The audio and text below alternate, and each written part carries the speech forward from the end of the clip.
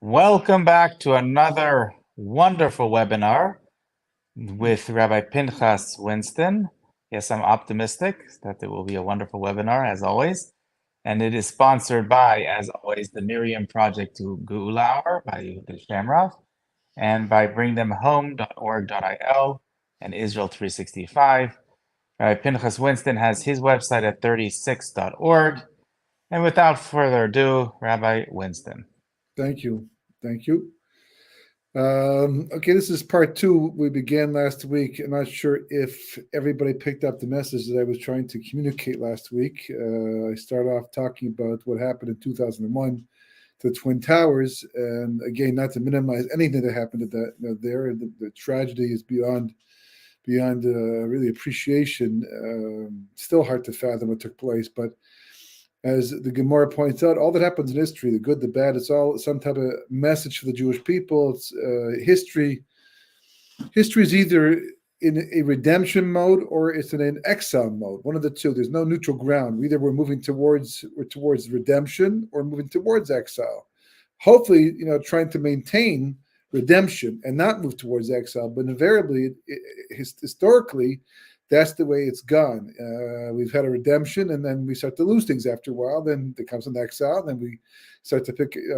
God decides it's time for the redemption, and we have to start preparing for that. So there's no difference. I mean, the Medrash talks about 4 exiles of Jewish people were destined to experience based upon the second verse of creation, and really based upon Kabbalah. This goes back even before creation. And the pasuk says,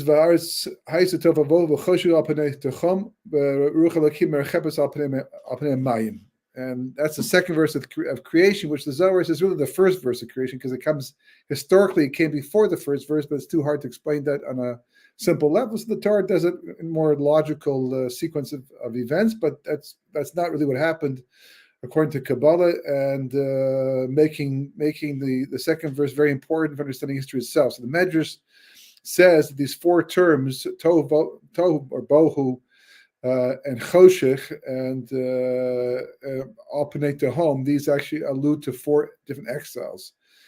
The first one is the Babylonian exile, which means there's going to be a Purim, because that was the end of the Babylonian exile in the time of Achashverosh and Haman, Mordechai, Esther, and then there's the Greek exile. Then the second was actually the Median exile, because the Medes conquered the Babylonians, and so there was no real break in the time. It lasted 70 years altogether, but the first one was 52, then 18, and it was only one redemption for those 2, even though they count as 2 separate exiles, because an exile is determined by the nature of the people who are carrying it out and the impact that it has on the Jewish psyche.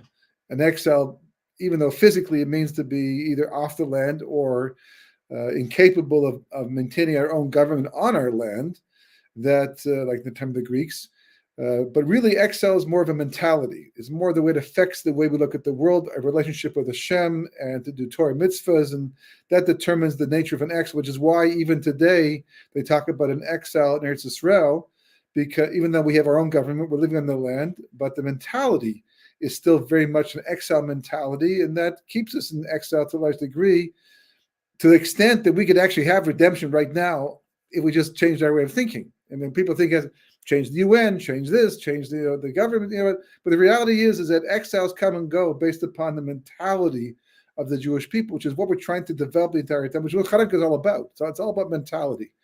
And how mentality affects the world and affects the spheres, the spiritual realm, and how that affects the physical realm in the end. And that's all there really is. It's like everybody else is living their lives and going about their business and thinking about their own personal worlds and developing and surviving.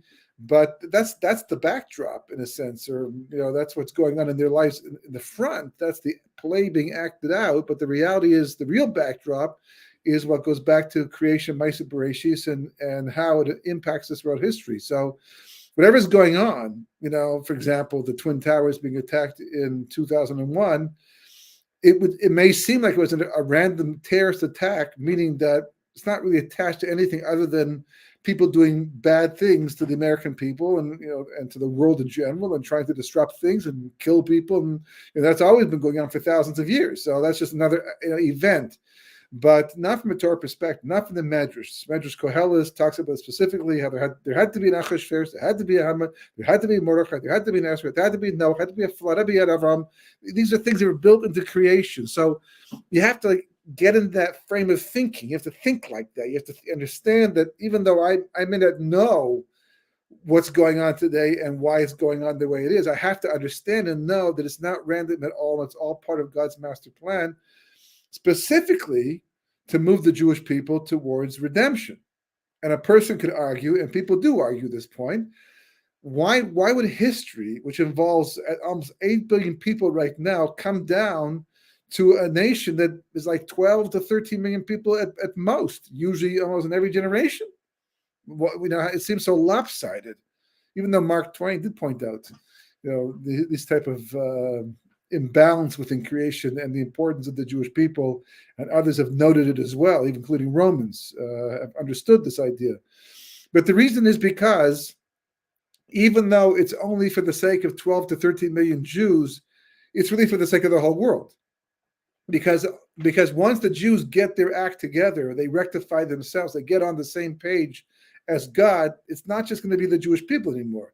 That's going to spread to the rest of the world. Like we talk about the Beis Hamikdash being a base tefillah for the whole world, that the whole world will come and bring offerings and sacrifices and gifts or whatever to the Beis Hamikdash to help the Jewish people serve on behalf of mankind. We're an or legoyim. That's what it says. We weren't taken out to be an or to ourselves. We weren't taken out to just to be, some nation off on the sides doing their own thing. We're meant to be the teachers and the leaders of the nations of the world. That's our job. So even though we might make up a small amount of people, just like a government, and the government is a small amount of people in proportion to the nation of the world, but they are the nation of the country, the people of the country, right? And they have tremendous influence. They're the ones you have to protect them. They talk about the continuity of government in case there's a crisis, which means basically the government takes up to some hidden fortress built into some mountain underground to protect the country that may even lose a lot more people, because of what's going on. But you have to keep the government alive because that's what's going to lead the world, lead the people, hopefully back to better times. So the same thing is true. The Jewish people have to get their act together, and they get their act together, and the whole world gets its act together. And when the world doesn't get its act together, it's because the Jewish people haven't got their act together. So we may pat ourselves in the back because we go to the Beis Medrash and we daven 3 times a day and do all kinds of things. But as the Chafetz Chaim pointed out, when there was a terrible disaster in the United States in his time, right, he had to feel something for that because that's part of our world, part of our responsibility. Everything that we do impacts the world, and all that is impacting the world has to do with us on some level. So therefore, you have to look at what happened at that time in that context, at least as the Jewish people, to derive some kind of message from it that's supposed to help us make the world a better place, to get it back on track the way it's supposed to go. A person could also say, well, that's terrible. God would use such a terrible tragedy, an act of cruelty and inhumanity just to teach the Jewish people a message, get them to open their eyes. Well, not l'chadchila. It's not the way he wants to work. That's not the ideal. The ideal way is right there in the Torah. God says it specifically in Parshas Bechukosai and Parshas Kisavo.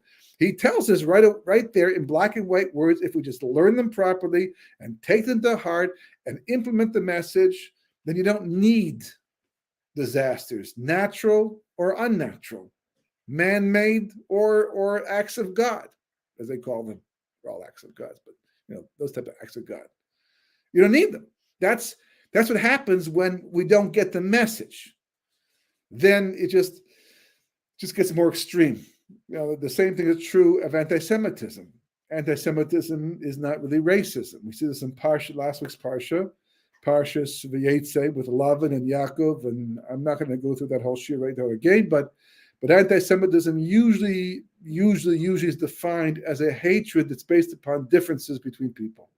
When people are like one another, then they don't usually hate each other. They sort of bond and become friendly with one another. But it's been proven, it's over history how some of the worst and most virulent anti-Semitism took place in in countries at times the Jews are the most assimilated.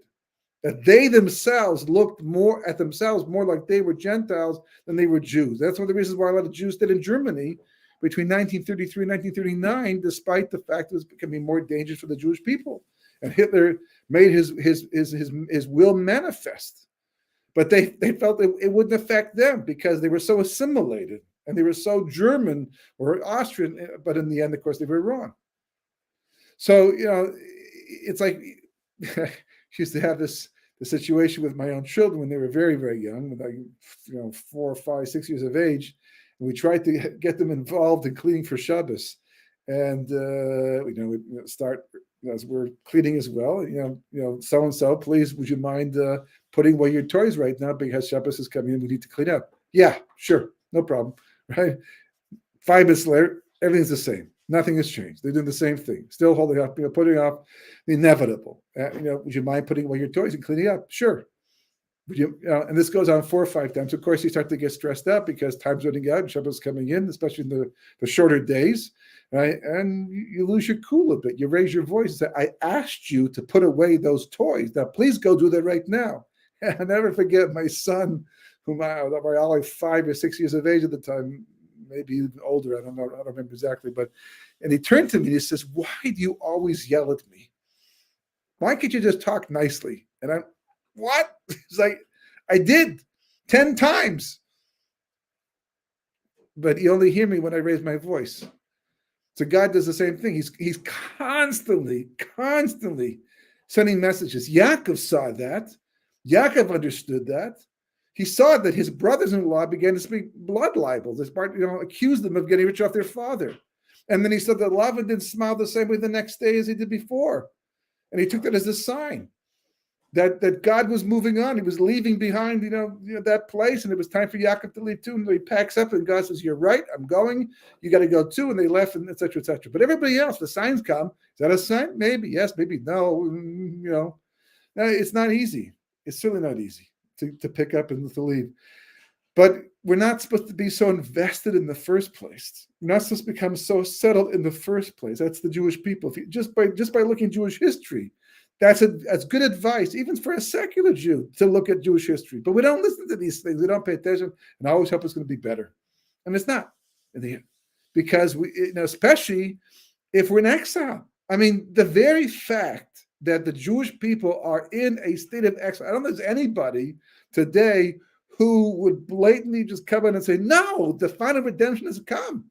They may not want the final redemption to come. They might feel that this exile is a redemption in its own right as far as they're concerned, but no one's going to say this is what God had in mind when he spoke about a final redemption. Because first of all, the entire nation is not living on the land, and that's supposed to happen. That's what it says in Parshas Vayelech, Savim around there. It talks about these things. Keep us galus and gathering the exiles.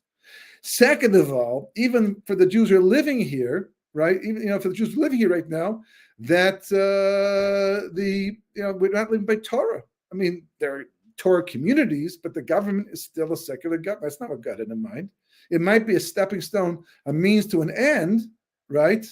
But nothing that the ultimate reality we're supposed to be living with. So it's not redemption. So if we're in exile, then you have to be saying, okay, when is this going to end? This has to end. I mean, it's right there in Shemona Esrei. We ask for it. So that itself should leave a person in a state of preparedness, of readiness, that at any moment in time the situation can change dramatically, and we need to be prepared for what's coming up next. And if we settle in, if we become stuck to the wall and you have to be pulled away, holding on with your fingernails and everything, then you expect God to begin to raise his voice. And the way that God raises his voice to get our attention is by anti-Semitism or tragedy or things that make us wake up and say, what is going on? And what does this mean?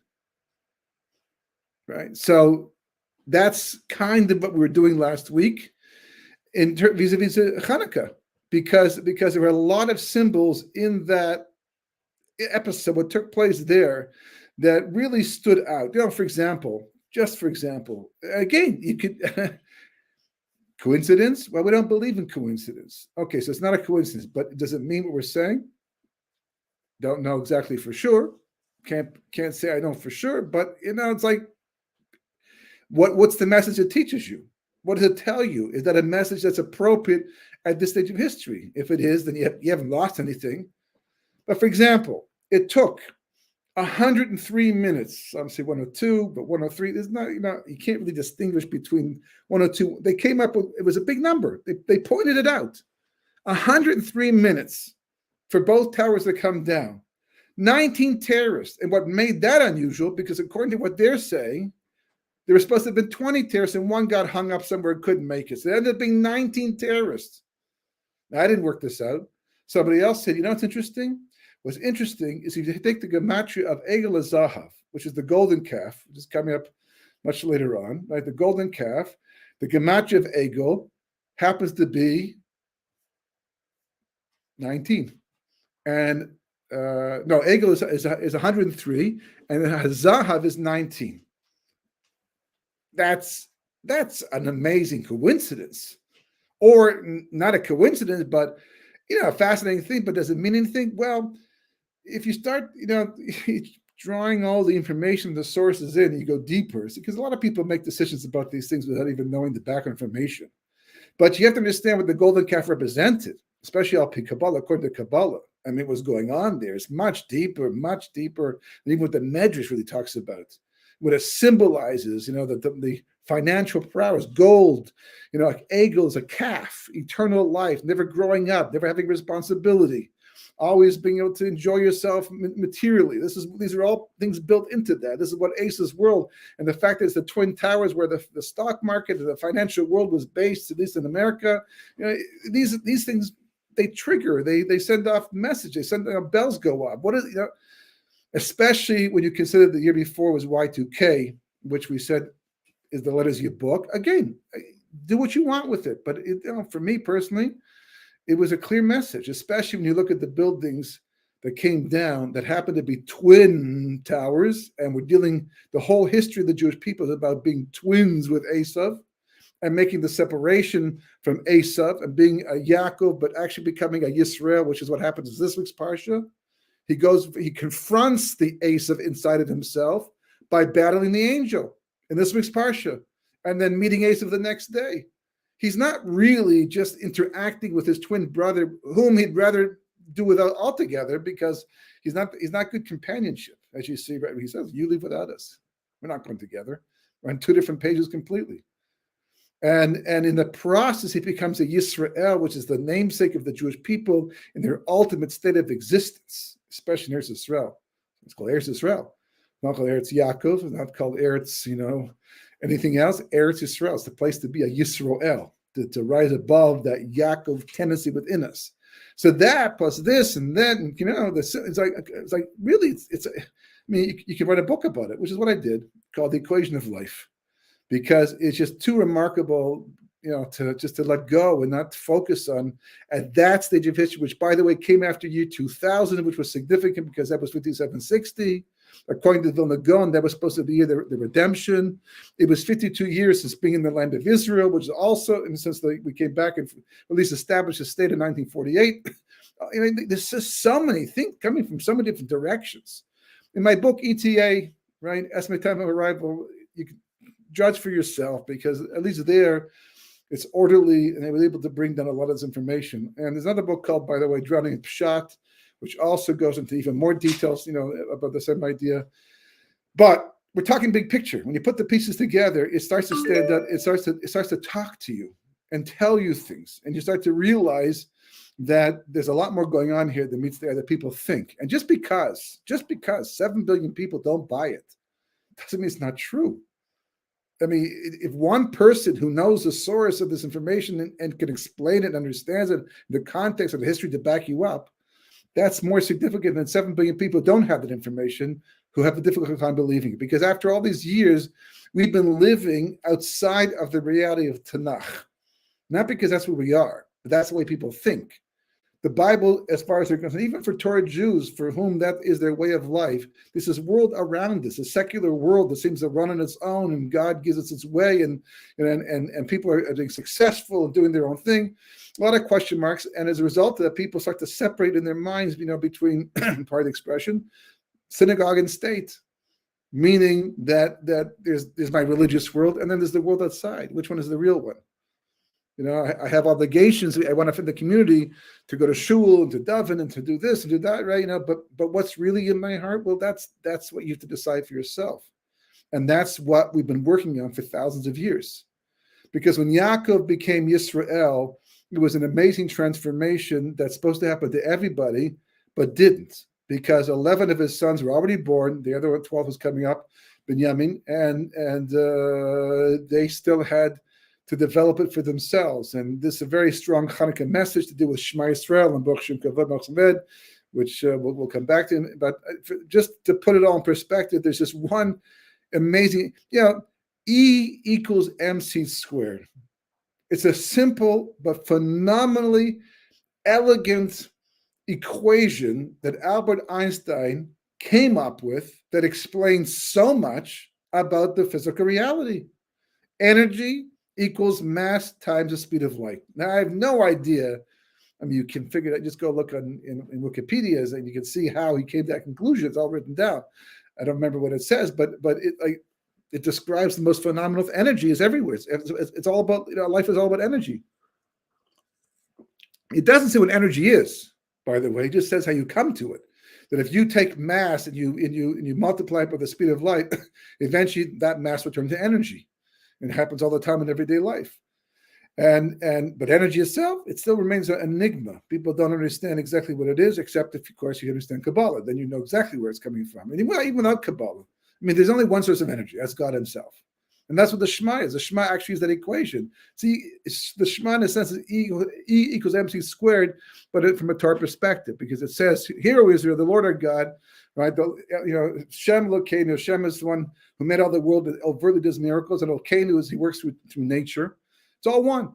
That the same God who runs the whole show is doing everything else in life too, at all times, whether it looks like it or not. Whether it's an evil person murdering somebody, that's God too.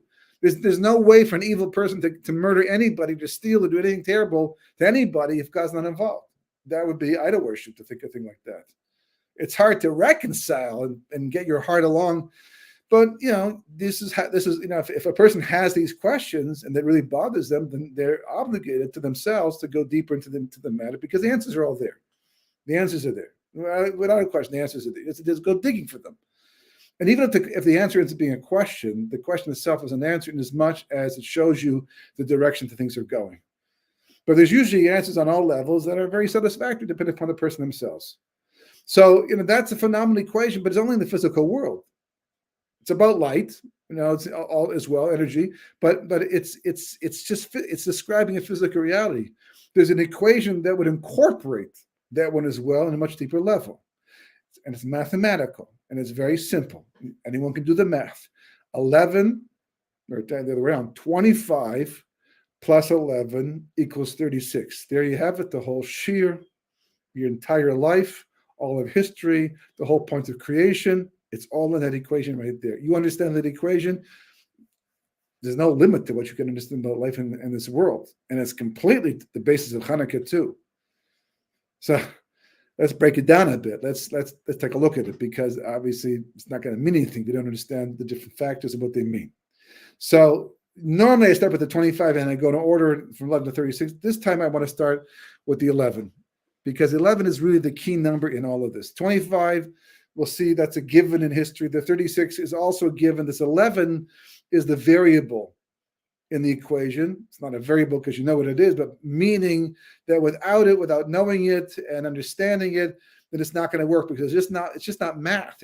Math is just one aspect of it, but it's more psychological, more philosophical than anything else. So the first thing you have to know is the source of this 11. It took me a little while to find it. It was there. I just didn't know where to look in the beginning. It comes from Kabbalah, of course. And Kabbalah, Kabbalah is like, what about, you have to understand, as much as people have developed this philosophy that Kabbalah is this luxury. It's like this dessert is like, it's like, you go to a restaurant for the main course, you're having a steak or something, and with the vegetables and whatever the side dishes they bring you. And if you're still hungry at the end, you have dessert. But that's not the way it is. Not with Kabbalah. It just seems that way because it's very difficult to learn and very abstract and very mystical. But that's our shortcoming, not Kabbalah's. Because if you think for 1 second that God is simplistic, that God is shot, clearly not. That's why we have so many questions. We lost touch. At Mount Sinai, everybody, lame, they became healed. Everybody at Mount Sinai who experienced Mount Sinai. It was a revelation of God for everybody on their level. And you think that was a pshat experience? You think that was a simple experience? You think that wasn't a Kabbalah? That was the most, there's nothing more Kabbalistic than hearing God speak. I mean, you're talking, so what's the difference? No, when God talks, it's a whole different reality that we cannot appreciate in this day and age because we don't have an experience of it. But it's the most Kabbalistic thing about everybody at Mount Sinai all of a sudden knew Kabbalah because of the fact of what they were seeing, experiencing, and on levels. I mean, the Shemaim opened up, and it was. And then we have what's called Yeridas Adoros. Every generation, the further we go away from Mount Sinai, the weaker we become spiritually. Thus, our knowledge has impact, which is why every generation feels compelled to have to explain things that previously were taken for granted. It's just part of the understanding. He just knew it, but we don't, so we have to keep explaining more and more and more and more as time goes on. But we lessen it by doing it. But that aside, the 11 is based upon, based in the origins of creation. So again, with the problem with all this, I can't go into all the details because it would take forever and also requires a lot of background information. So I'll just give you what we call Roshei Prakim, just a brief understanding, just so you can have an appreciation where it comes from, how it exists. So it says, long before, what happened, the last 25, 30 years came along, it says that when God made creation, that he fixed up almost everything. All the lights that were damaged prior to creation, on the way to making creation, he fixed up almost everything, all the lights, except for 11 lights. 11 lights were left unrectified. We know what they are. We know where they are. We know what those lights look like because they're spiritual, not physical lights. But it's more diagrammatically. There's certain levels in the spheres that didn't get rectified. So, for example, the 7 bottom spheres that broke in spheres of Kalim, and the bottom 4, what they call the Acharayim of Abavima. Yeah, you're not going to understand what that means unless you know Kabbalah. But we know where the 11 comes from. That's the point. And those 11 lights were left over. Why? So we can fix them. That's our job. Those 11 lights, however you want to discuss Maisa Bereshis, the creation of the world. God picked up a stone and moved it over.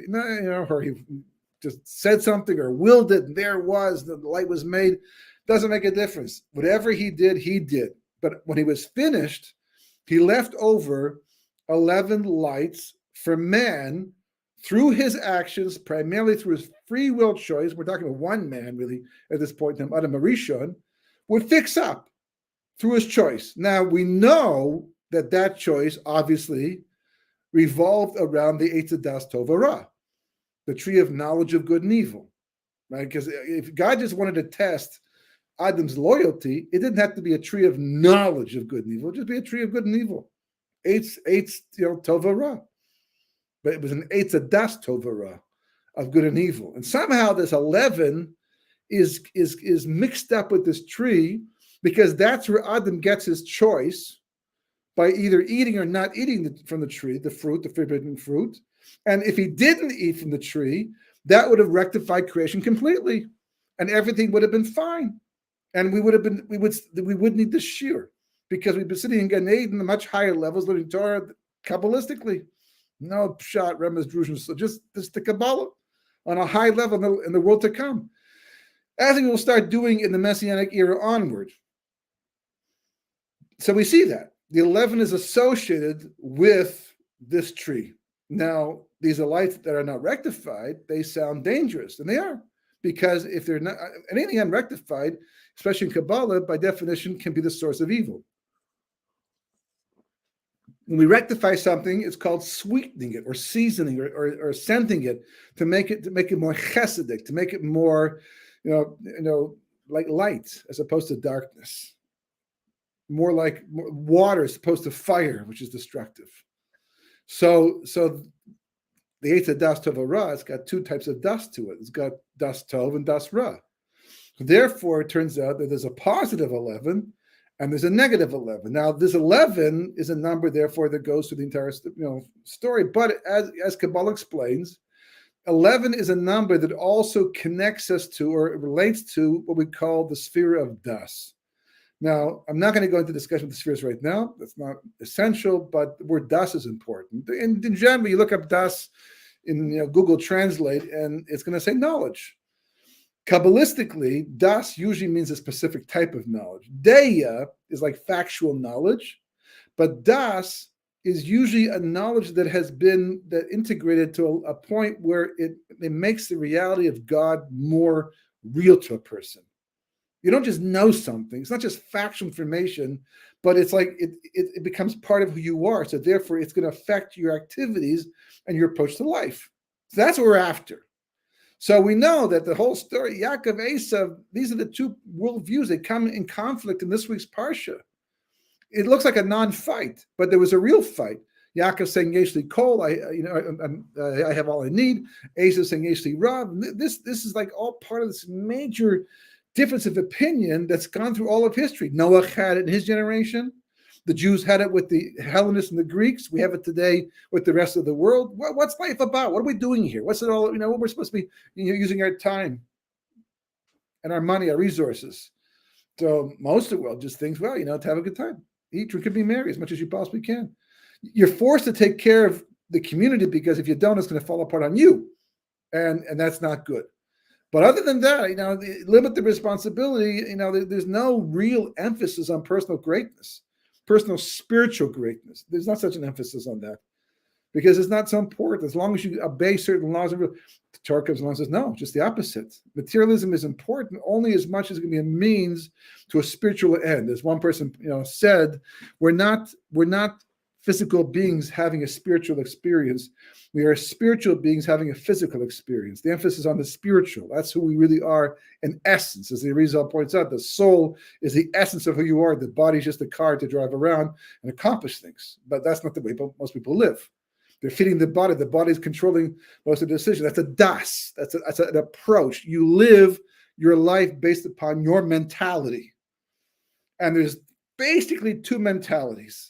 There's billions of people, and there's there's hundreds of nations, but they all come down to basically one of two mentalities: Yaakov's versus Esav's, which we'll call positive das and negative, positive 11 and negative 11. And Kabbalah explains that this negative 11 is the source of the 11 chiefs of Esav mentioned at the end of this week's parsha, which seems so technical, so Kabbalistic. Actually alludes to the origins of creation going back before creation. And the positive das, the positive knowledge of Yaakov, that's basically the Torah's perspective on life. They clash against each other.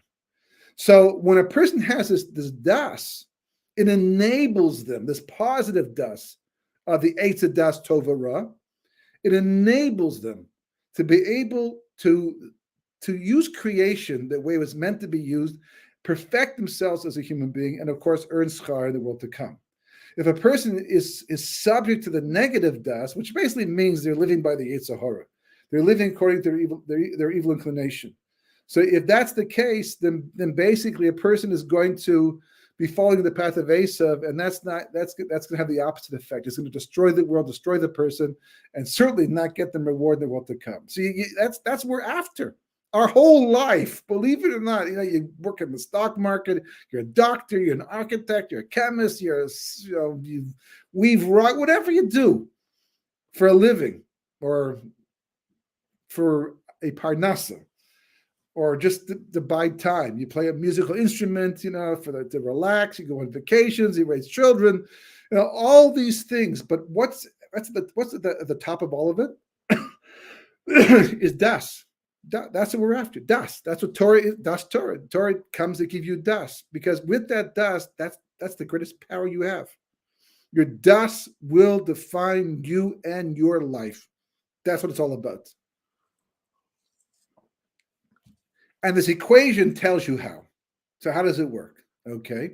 So now we have to define the other numbers.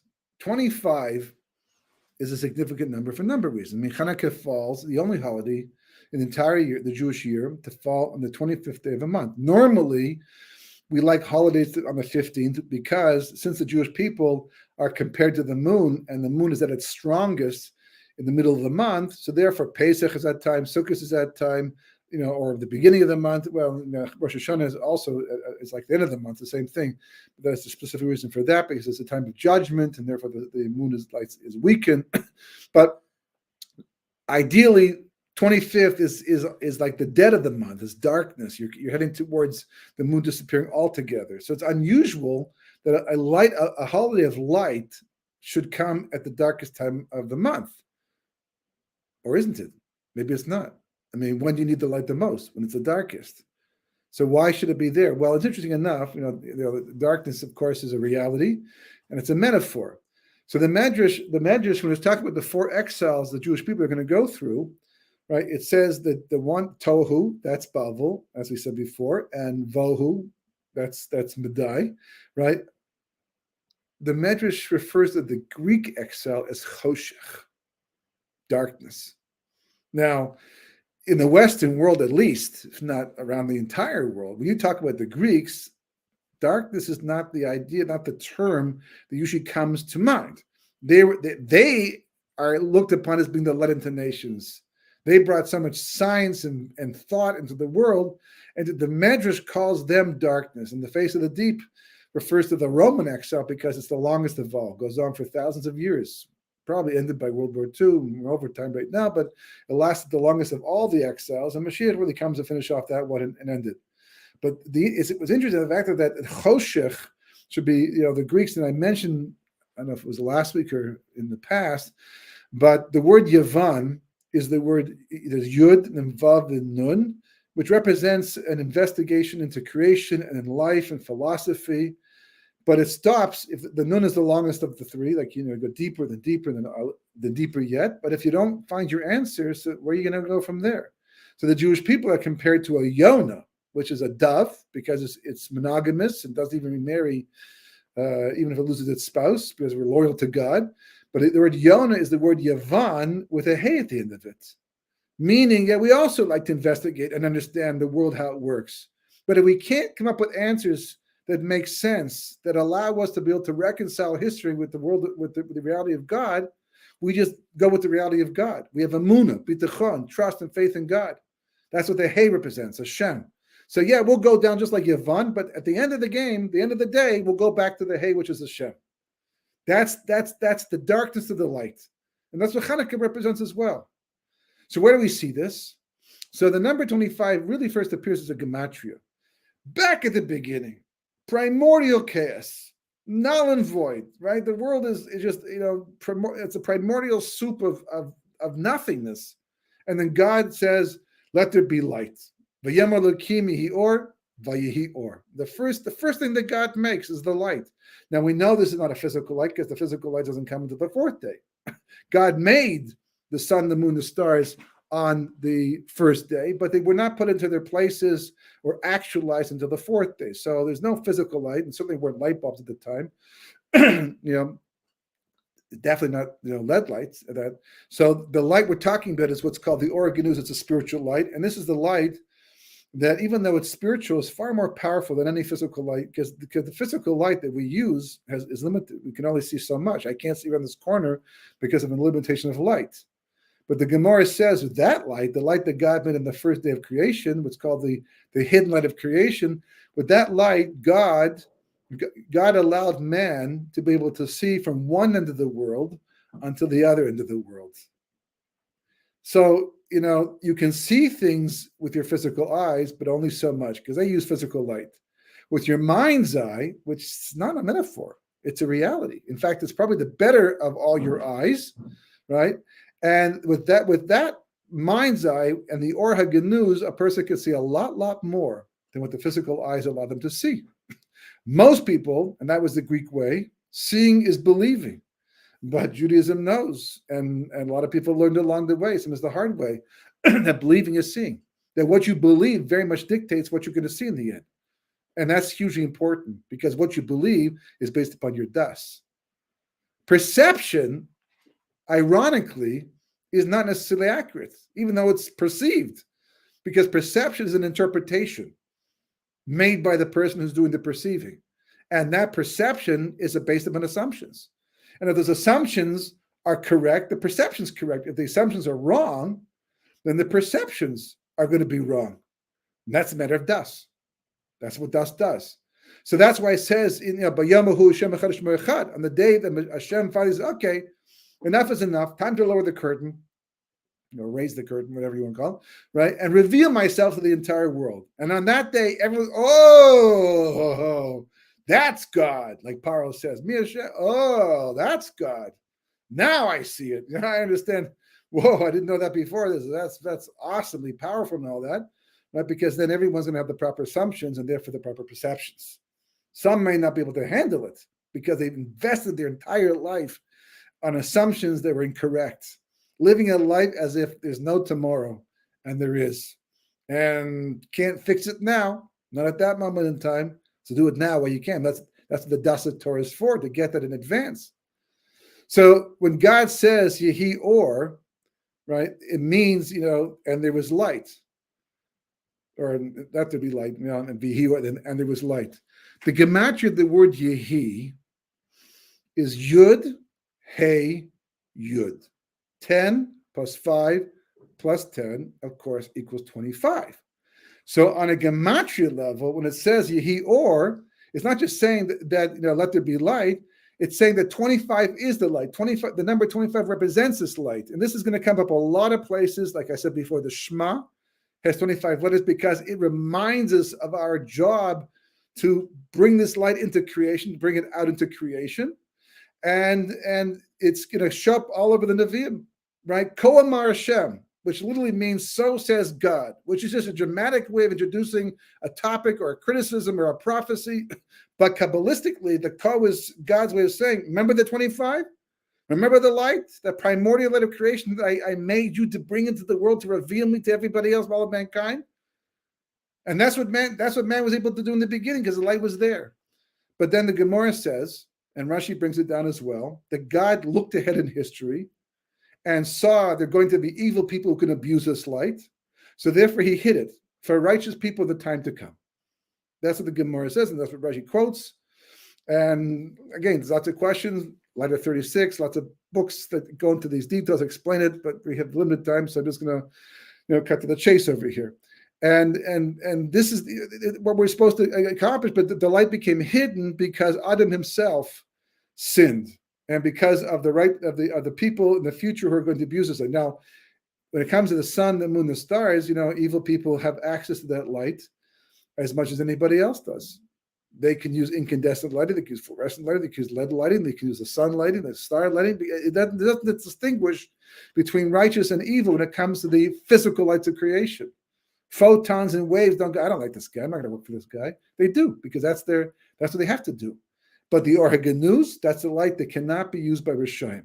So when I first learned that Gemara, when I first saw that Rashi, so I thought it meant that this is part of the reward given to righteous people in the Messianic era and onward. But in the meantime, nobody has access to it because we're worried that the Rishayim are going to abuse this light. And you have to understand what that abuse can be to understand why it's so important.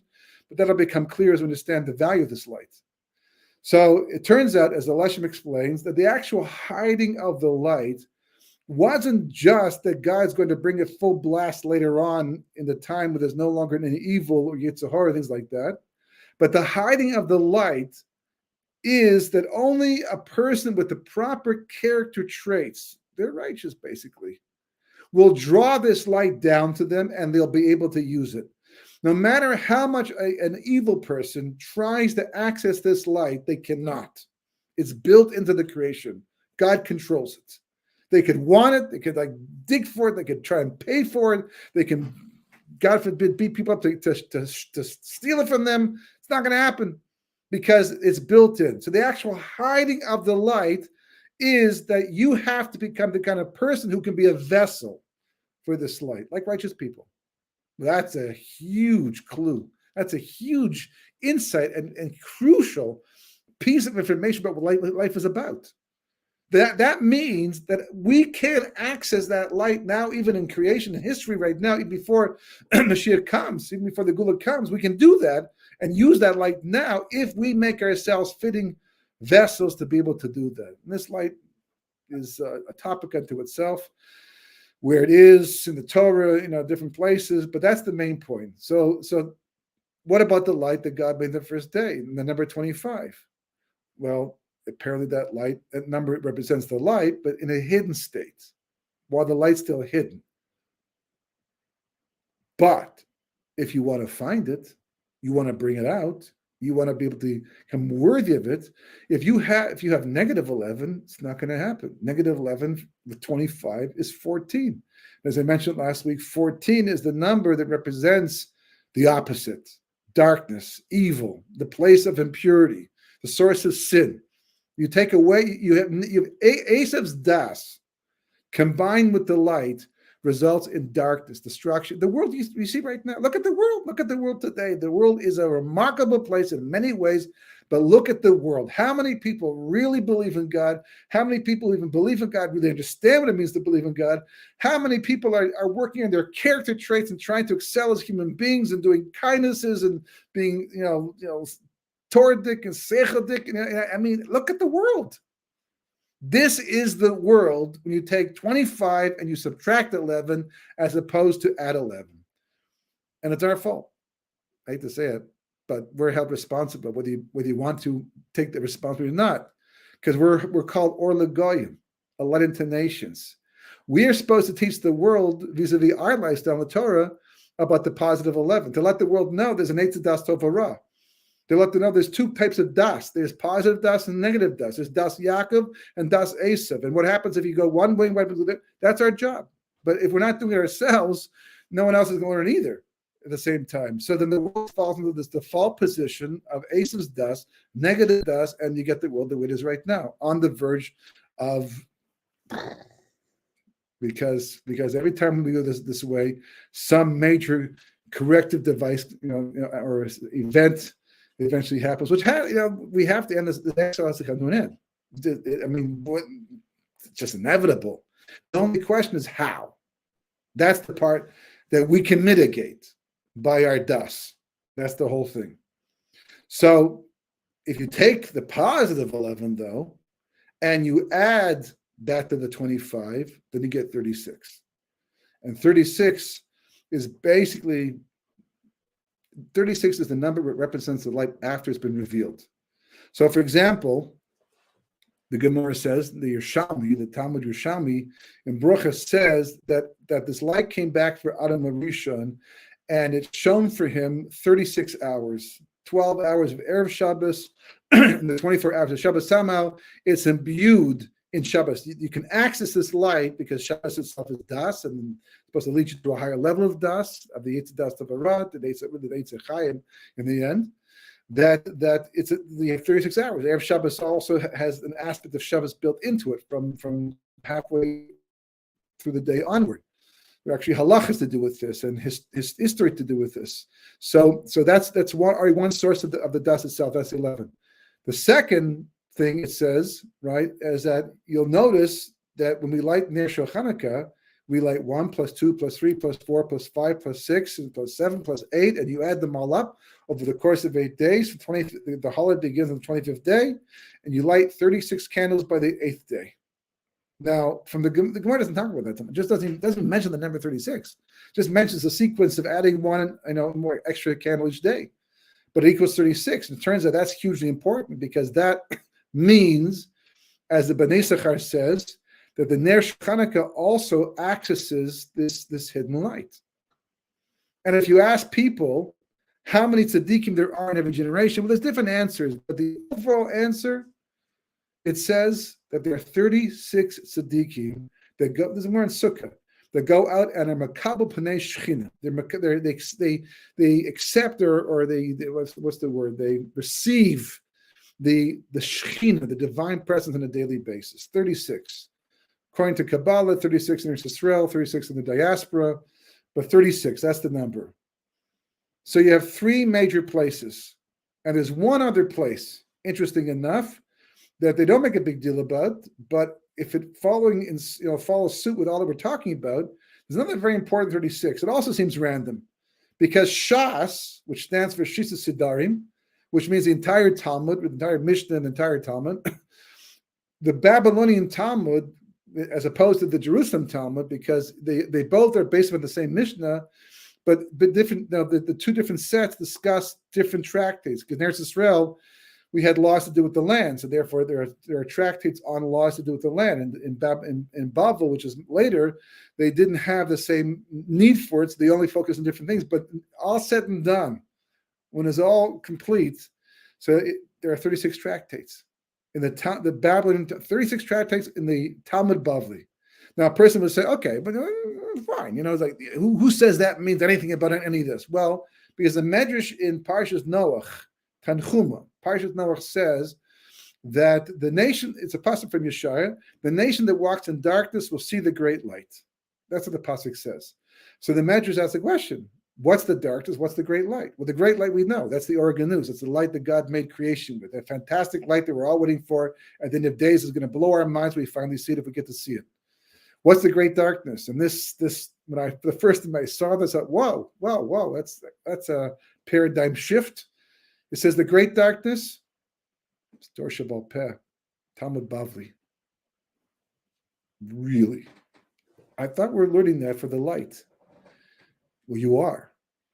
You have to go through the darkness to get to the light, because it's so hard to learn. People have tried to learn Gemara. Today it's much easier because you have Art Scroll and you have Schattenstein. You have different versions of translations and explanations. So you can, but it's to learn it fresh. I mean, it's very, very hard. Without all these sources to help you out, it's confusing. It's one of the only things in life where you have to learn how to learn it first. You have to learn how to learn the Gemara, the Talmud Bavli. And the Medrash says, but if you do, if you work it, you go through all 36 tractates, you do that, you will merit the great light, the Or HaGenus. So that's Hanukkah. It's all about Hanukkah. It's what Hanukkah is all about. There's this battle against the Greeks, 100%. And there's the menorah, which is already a miracle of the Shemin Zayas. But I'm going to leave you today, because it's so appropriate this week's Parsha and what's going on, and then we'll come back to Hashem next week, still one more week before Hanukkah, God willing, to try and pull all together. But the Medrash says the following thing. We know that Yaakov battled the angel in this week's Parsha. And it says he took his whole family across the Yabok River, which last week we spoke about Yabok being so significant, Kabbalistically, Y2K, So, and he went back. Now, he's all by himself. He's all by himself when he meets up with this. But why did he go back? What was he going back for? So it says he went back for pachim katanim, small jars. Small little jars. You move your entire belongings back and forth, back and forth, back and forth. No moving companies in those days. Just a family. And he's there going back for these small little jars that were left over. And because he goes back for these small little jars that are left over, he gets in this major fight with his angel, and his name changed, etc., etc., etc. So there's a very interesting medrash that says the following. The medrash is called Sela Derech. A little obscure, but nonetheless well known. And it says the following thing, that God said to Yaakov, because you endangered your life to go back for these small jars, your descendants in the time of the Chashmonayim, Hanukkah, will be rewarded with a small jar, which of course is a small jar of oil that they use to light the menorah that burned for 7 extra days. Finding itself is a miracle, but also 7 extra days of burn. What is the connection? And to this with Esav and the angel and all that, what's the connection? So for that, you go back to previous Parsha. And in the previous Parsha, it says that after Yaakov had his dream of the exiles and the redemption and the promise that God gave to him, he woke up the next morning. The first thing he did was build a monument to acknowledge the dream and the promise and all these different things. And once he built the monument, he had to anoint it, but he had no oil with him. But he found oil attached to a rock. It was like a little jar of oil somehow attached to a rock. Lucky day. Doesn't happen every day. Last time I tried to make a monument, I couldn't find any oil. There was no rocks, close by with oil in them. You tried a few times, it's not going to happen so much. Happened for him. Harabais, right there. He pours the oil over the monument and looks into the jar. The jar still has oil inside of it. So he pours more oil doesn't dissipate. He pours it on himself, right? It's like, the oil's still there. So he says, the Medrash, what this jar of oil is so valuable. It's miraculous. I'm not going to leave it behind. He takes it with him. That's the jar he goes back for. That's the jar he goes back for. And the Medrash goes one step further. The Medrash says, all those miracles that happen with oil in Tanakh, the Shunammite woman and another one, there's like these miracles of oil where the oil just, miraculously expands to become more. It's with that oil. If you start off with that oil, you just can They didn't stop making oil in these jars because there was no more oil left. They ran out of jars. Had there been more jars, she would have had more oil in the end. Ashkacha pratis. But that's what the Medrash says. Now the Medrash was written before Hanukkah took place. So it's not a stretch of the imagination to know that the oil that they lit the menorah with, that they found, which was miraculous, the Greeks somehow missed, was that jar of oil that Yaakov had gone back for. Now the Medrash makes perfect sense. Because Hashem is saying that because you sacrificed yourself for this jar of oil and kept it in the family, and now it's going to be passed down and used by Moshe in the Mishkan to anoint everything, etc., you're going to have it later on when it matters the most, by Hanukkah time, in the future. So, this big thread running through history, complicated. But B'ezras Hashem, next week we'll conclude this equation. And again, you can always get the books and see it in detail and all the background information that goes along with it. But the equation, 25, that's the hidden light. Positive 11, that's the das of Torah. You use that. That allows you to find the light in creation and to reveal it. And when you do, there'll be a revelation of 36. The light will be revealed through you. The organuz, it will change you. It will change your muzzle. It will change the world around you. It will rectify. It's not just that thing that happens. I just, look at that. It changes everything. And that's what Hanukkah came to gift us just before we went into our last and final exile. Have a good Shabbos.